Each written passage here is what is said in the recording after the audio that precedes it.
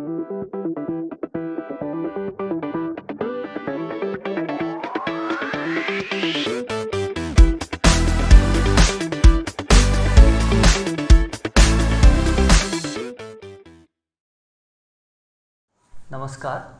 आचार्य के online platform में आपका स्वागत है।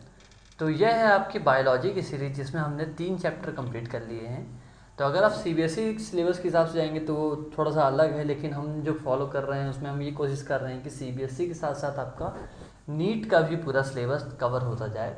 तो अभी तक हमने 3 चैप्टर पढ़ लिए हैं और आज का जो चैप्टर है इसका नया नाम है जगत प्रतिष्ठा। तो 5 जगत वर्गीकरण पढ़ने के बाद हमने मोनेरा जगत को डिटेल में समझा। हमने उसके 4 वीडियोस बनाए, उसके क्वेश्चन आंसर्स भी देखें। तो इस वीक में के पहले ही हम इसको ख़त्म करने की कोशिश करेंगे और इस चैप्टर का नाम है आपका जगत प्रतिष्ठा। तो यह है आपका 5 जगत वर्गीकरण का दूसरा जगत है, ठीक, जिसमें हम प्रोटोजोआ के बारे में पढ़ने वाले हैं। ठीक, तो ये पाठ्यक्रम में हमें मेनली पढ़ना है आपका प्रोटिस्टा की प्रमुख विशेषताएं और वर्गीकरण के बारे में। ठीक, कि इनकी प्रमुख विशेषताएं हैं क्या और किस प्रकार से इनको वर्गीकृत किया गया है, इसको हम समझेंगे। तो मोटे तौर पर अगर बात करें तो यह मोनेरा जगत के जैसे ही हम इसको पढ़ेंगे और उसी प्रकार से हम इसके प्रश्न करने की कोशिश करेंगे, जिससे आपके परीक्षाओं में किसी भी प्रकार का प्रश्न आए तो उसको आप आसानी से सॉल्व कर सकें। तो आते हैं जगत प्रतिष्ठा में। तो जगत प्रतिष्ठा के अंतर्गत विविध प्रकार के एक कोशिकीय यूकैरियोटिक सूक्ष्म जीवों को सम्मिलित किया गया है। ठीक, तो इसमें सबसे इम्पॉर्टेंट चीज़ आपका है कि जो मोनेरा जगत था वो भी एक कोशिकीय था और जो प्रोटिस्टा जगत है वो भी क्या है आपका एक कोशिकीय है। लेकिन दोनों में अंतर क्या है, यहाँ अंतर है। जो आपका मोनेरा जगत था वो था आपका प्रोकैरियोटिक, लेकिन जो आपका प्रोटिस्टा जगत है वो है आपका यूकैरियोटिक। तो इसका अंतर मैं समझा चुका हूँ, एक बार फिर से आप देख लेते हैं। तो यूकैरियोटिक का मतलब है कि जो आपका केंद्रक होता है उसमें एक झिल्ली होती है। ठीक, जो केंद्रक होता है वो झिल्ली युक्त होता है और जो डीएनए और आरएनए मटेरियल होता है वो आपका हिस्टोन प्रोटीन से सुरक्षित होता है। जबकि प्रोकैरियोट्स में ऐसा कुछ भी नहीं होता है। डीएनए और आरएनए जो होता है आपका वो जीव द्रव के अंदर फैला हुआ होता है। ठीक, तो इसमें कौन से जीव मिलेंगे आपको, एक कोशिकीय और यूकैरियोटिक, जो प्रायः जलीय आवासों में पाए जाते हैं। यह समूह एक कोशिकीय प्रोकैरियोटिक जगत मोनेरा तथा बहुकोशिकीय यूकैरियोटिक जगत कवक, प्लांटी और एनिमिलिया के बीच की एक कड़ी का कार्य करता है। ठीक, तो वहाँ पास क्या था, एक कोशिकीय प्रोकैरियोटिक, तो ये हो गया आपका एक कोशिकीय यूकैरियोटिक, और आगे जो तीनों जगत हैं वो रहेंगे आपके बहुकोशिकीय यूकैरियोटिक। ठीक, तो ये आपको समझना है कि दोनों के बीच की क्या है, एक कड़ी का काम करता है। प्रोटिस्टा शब्द का सर्वप्रथम प्रयोग जर्मन वैज्ञानिक E.H. हैकेल द्वारा 1866 में किया गया था। तो पहली बार इस शब्द का प्रयोग जर्मन वैज्ञानिक E.H. हैकेल ने किया था, जिन्होंने प्रोटिस्टा कहा था इसको। उनके अनुसार यह ऐसे जीव है जो दोनों पादप तथा जंतु दोनों के लक्षण प्रदर्शित करते हैं। ठीक, तो इनमें क्या है, आपको पादप तथा जंतु दोनों के लक्षण देखने के लिए मिल जाएंगे। या स्वपोषित अथवा परपोषित हो सकते हैं, मतलब किसी और पर भी निर्भर हो सकते हैं पोषण के लिए, या फिर खुद भी अपना पोषण करने में सक्षम हो सकते हैं। तो यह स्वपोषित अथवा परपोषित हो सकते हैं। इस जगत को प्रायः वर्गीकरण का कूड़ादान कहा जाता है। ठीक, तो इसके लिए एक वैज्ञानिक भाषा में एक ये है कि इसे वर्गीकरण जगत का कूड़ादान कहा गया है। इसके पीछे मुख्य कारण ये है कि इसमें विभिन्न प्रकार के जीवों को सम्मिलित किया गया। तो आप ये मानिए कि जो मोनेरा में ना गया या फिर जो आपका कवक, प्लांटी या एनिमिलिया में नहीं गया, उसको कहाँ ला के छोड़ दिया, उसको आपका प्रोटिस्टा जगत में फाइनली इसको छोड़ देते हैं। तो यह है आपका बेसिक इंट्रोडक्शन प्रोटिस्टा जगत के बारे में। तो ये आपका पैरामीशियम है जो चप्पल के आकार का होता है, तो ये आप देख सकते हैं। और ये जो अन्य है ये सभी भी क्या है, आपके प्रोटिस्टा जगत के ही जीव हैं। ठीक, अब आते हैं हम एक कोशिकीय प्रोटिस्टा की संरचना के ऊपर, कि जो प्रोटिस्टा होता है उसकी संरचना किस प्रकार से होती है। तो ये एक है, इस प्रोटिस्टा का नाम है यूग्लेना। ठीक, तो इसमें सबसे महत्वपूर्ण चीज़ आप देखिए कि यहाँ पर जो केंद्रक है, जो आपका न्यूक्लियस है, इसमें आपकी एक झिल्ली आपको दिख रही होगी। तो ये क्या हो गया, आपका यूकैरियोटिक यहीं पास से हो गया। और इसमें जो जीवांग है जैसे mitochondria Golgi apparatus, endoplasmic reticulum, vacuole, photo receptor, ये सभी क्या हैं आपके इसमें पाए जाते हैं। ठीक, क्लोरोप्लास्ट भी इसमें पाया जा रहा है, माइटोकॉन्ड्रिया भी इसमें है। तो इन सब का होना एक यूकैरियोट सेल के बारे में हमें दर्शाता है कि एक यूकैरियोटिक सेल के इसमें लक्षण दिख रहे हैं और यह एक कोशिकीय है। तो मतलब ये है कि ये मोनेरा जगत से काफ़ी अलग है। ठीक, एक प्रोटिस्टा कोशिका की संरचना एक प्रारूपिक यूकैरियोटिक कोशिका के समान होती है। ठीक, मतलब जो यूकैरियोटिक कोशिका है उसमें आपको जो भी लक्षण मिलेंगे वही लक्षण आपको प्रोटिस्टा कोशिका के अंदर भी मिलेंगे। इसमें झिल्ली युक्त स्पष्ट कोशिका जैसे माइटोकॉन्ड्रिया, गोल्गी कॉय, अंतःद्रव्य जलिका इत्यादि पाए जाते हैं। तो इसमें क्या है, अंदर के आपकी जो भी अंदर कोशिकांग होते हैं वो सभी इसमें क्या पाए जाते हैं।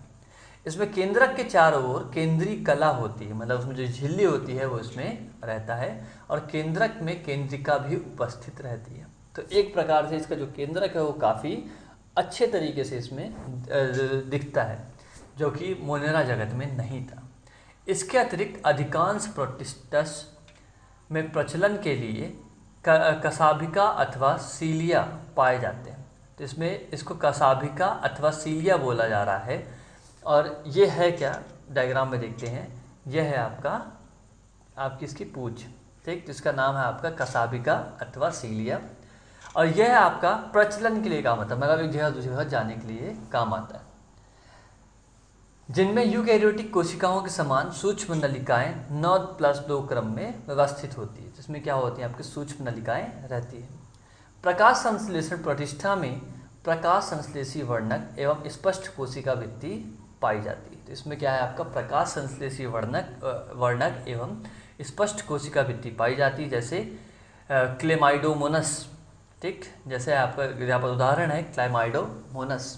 कुछ प्रोटिस्ट कोशिकाओं में भोजन ग्रहण करने एवं उत्सर्जी पदार्थों को बाहर निकालने के लिए एक विशेष प्रकार की संरचनाएं अथवा रिक्तियाँ भी पाई जाती हैं। ठीक, तो इसमें जो भी आपका उत्सर्जी पदार्थ को बाहर निकालने के लिए, भोजन ग्रहण करने के लिए भी आपका एक अलग से पाया जाता है।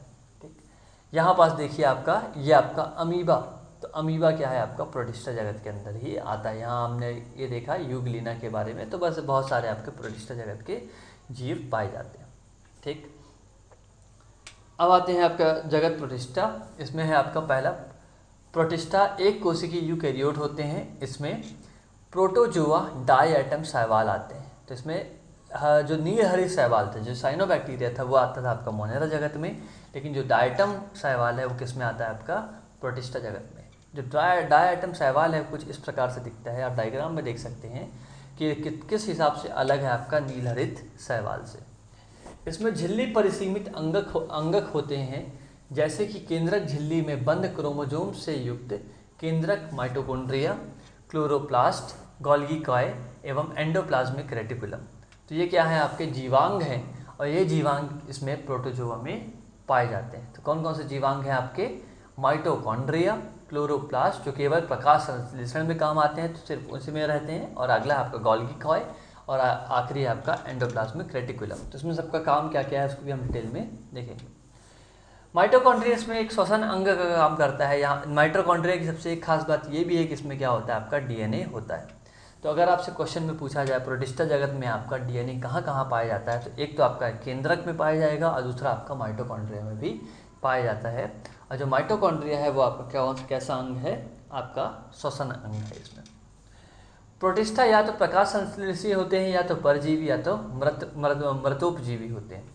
तीनों में अंतर क्या है, जो प्रकाश संश्लेषी होंगे वो स्वपोषी होंगे, मतलब वो अपना पोषण खुद करेंगे और वो अपने लिए खुद से सूर्य के प्रकाश के माध्यम से अपने लिए पोषण बना लेते हैं। या तो परजीवी होंगे, मतलब किसी अन्य जीव पे आधारित होंगे, उस जीव के माध्यम से वो पोषण प्राप्त करेंगे। या तो मृतोपजीवी होंगे, या फिर किसी मरे हुए जीव के ऊपर ये निर्भर रहते हैं। इसमें लैंगिक व अलैंगिक दोनों प्रकार के जनन होते हैं। तो ये देख लीजिए आप, ये द्विविखंडन है। द्विविखंडन में हमने क्या देखा था कि एक जो आपका पेरेंट सेल है, जो एक आपका पैतृक कोशिका है, वह दो अलग अलग डॉटर सेल में डिवाइड हो जाता है। तो ये देखिए दो में केंद्रक का विभाजन हुआ और केंद्रक विभाजन के बाद ये पूरा इसका कोशिका दो में विभाजित हो गया और दो नए आपके बन गए। और ये आपका अमीबा का ये आपका जनन दिखाया गया है, ये आपका अलैंगिक जनन है। प्रोटिस्टा में कुछ मनुष्यों के लिए लाभकारी तथा कुछ हानिकारक भी होते हैं। तो कुछ जो प्रोटिस्टा होते हैं वो मनुष्यों के लिए लाभकारी होते हैं और कुछ जो होते हैं काफ़ी नुकसानदायक भी होते हैं। ठीक, जैसे नुकसानदायक में आप देख लीजिए कि एक फैल्सीफेरम होता है, पी फैल्सीफेरम बोलते हैं उसको, तो वो क्या है आपका मलेरिया करता है मनुष्य में, तो ये आपका नुकसानदायक हो गया। अब आते हैं प्रोटिस्टा में पोषण के ऊपर। तो प्रोटिस्टा अपना भोजन विभिन्न विधियों द्वारा ग्रहण करते हैं जो निम्न प्रकार से। ठीक, तो प्रोटिस्टा अपना भोजन विभिन्न विधियों द्वारा ग्रहण करते हैं। तो पहला है आपका प्रकाश संश्लेषी, जिसको पादप संभोजी भी कहते हैं। ठीक, तो इस प्रकार के पोषण में प्रोटिस्ट अपना भोजन प्रकाश संश्लेषण की क्रिया द्वारा स्वयं बनाते हैं। ठीक, इसको स्वपोषी भी हम कह सकते हैं। प्रकाश संश्लेषण प्रोटिस्ट के उदाहरण है जैसे डाइनोफ्लैजिलेट्स, डायाटम्स और यूग्लिनोइड्स। तो ये आपके क्या हैं, 3 एग्जाम्पल हैं जो प्रकाश संश्लेषण प्रोटिस्ट के बारे में बताते हैं। अगला है आपका जंतु संभोजी, जिसको होलोजोइक भी बोलते हैं। तो इस प्रकार के पोषण में प्रोटिस्ट अपना भोजन जंतुओं के समान निगल कर खाते हैं। इसमें क्या है, सबसे इम्पॉर्टेंट चीज़ है कि जो भोजन करते हैं ये क्या करते हैं, निगल कर खाते हैं। इस प्रकार का पोषण अनेक प्रोटोजोअन जैसे अमीबा पैरामीशियम में पाया जाता है। तो ये आपका एक पैरामीशियम का चित्र है, इसमें आप देखिए कि इसमें आपका साइटोप्लाज्म है, जो बाहर रेसे निकले हुए उसको सीलिया कहते हैं। इसमें माइक्रो न्यूक्लियस और मैक्रो न्यूक्लियस हैं और कॉन्ट्राकाइल वैक्यूल भी है। तो यह आपका पैरामीशियम जो चप्पल के आकार का होता है उसका आपका चित्र दिख रहा है। तीसरे प्रकार का जो पोषण होता है वो आपका होता है मृतजीवी। तो पोषण की इस विधि में जीव अपने शरीर से एंजाइम का रिसाव करते हैं। ठीक, यह एंजाइम जटिल कार्बनिक पदार्थों को सरल पदार्थों में परिवर्तित कर देते हैं, जिन्हें यह जीव अवशोषण द्वारा ग्रहण कर लेते हैं। तो इस प्रकार का पोषण श्लेष्म में मतलब फफूंद में पाया जाता है। ठीक, तो फफूंद क्या करती है कि वो एक प्रकार का एंजाइम का रिसाव करेगी और वो मतलब जो मृत चीज़ें हैं उस पर वह पोषण के लिए निर्भर रहते हैं। तो यह आपका एग्जाम्पल है किसका, मृतजीवी का। अगला है आपका परजीवी। तो कुछ प्रोटिस्ट जीव अपना भोजन दूसरे जीवों पर रहकर प्राप्त करते हैं। तो ये हमने पहले भी देखा है कि परजीवी क्या होता है कि एक के ऊपर दूसरा क्या है, आधारित है। तो भोजन ग्रहण करने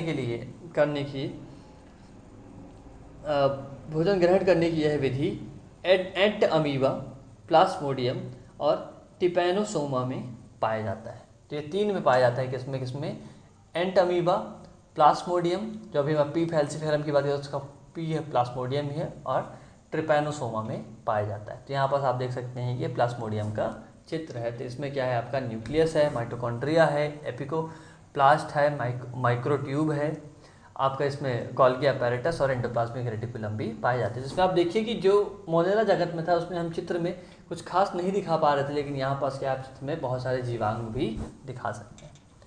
प्लाज्मोडियम एक प्रोटोजोआ संघ का सब प्राणी है। प्लाज्मोडियम की कुछ प्रजातियाँ को मलेरिया परजीवी भी कहते हैं, क्योंकि यह मलेरिया रोग फैलाते हैं। ठीक, तो ये देखिए इसमें क्या है कि एक मच्छर आया, तो मच्छर ने क्या किया, आपकी खून पीने की कोशिश की, तो इससे जो अंदर से प्लाज्मोडियम जो है वायरस लेके वो प्रोटोजोआ लेके चलता है, प्लाज्मोडियम प्रोटोजोआ मच्छर, और जो एनोफिलिस मॉस्किटो है वो आपका प्लाज्मोडियम लेके आया और वो प्लाज्मोडियम आपके शरीर में आ गया और आपके लीवर पर हमला कर देता है और आपके ब्लड सेल और प्लेटलेट्स पे हमला कर देता है, और यह क्या करता है, आपके शरीर को कमज़ोर कर देता है। इससे क्या होता है, आपको मलेरिया रोग उत्पन्न हो जाता है। अगला है आपका मिश्र पोषी।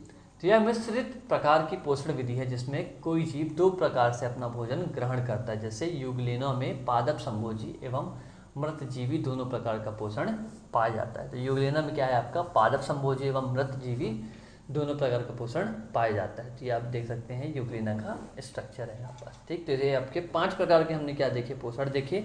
पहला था आपका प्रकाश संश्लेषी, दूसरा था आपका जंतु संभोजी, तीसरा था आपका मृतजीवी, चौथा था आपका परजीवी और आखिरी था आपका मिश्र पोषी।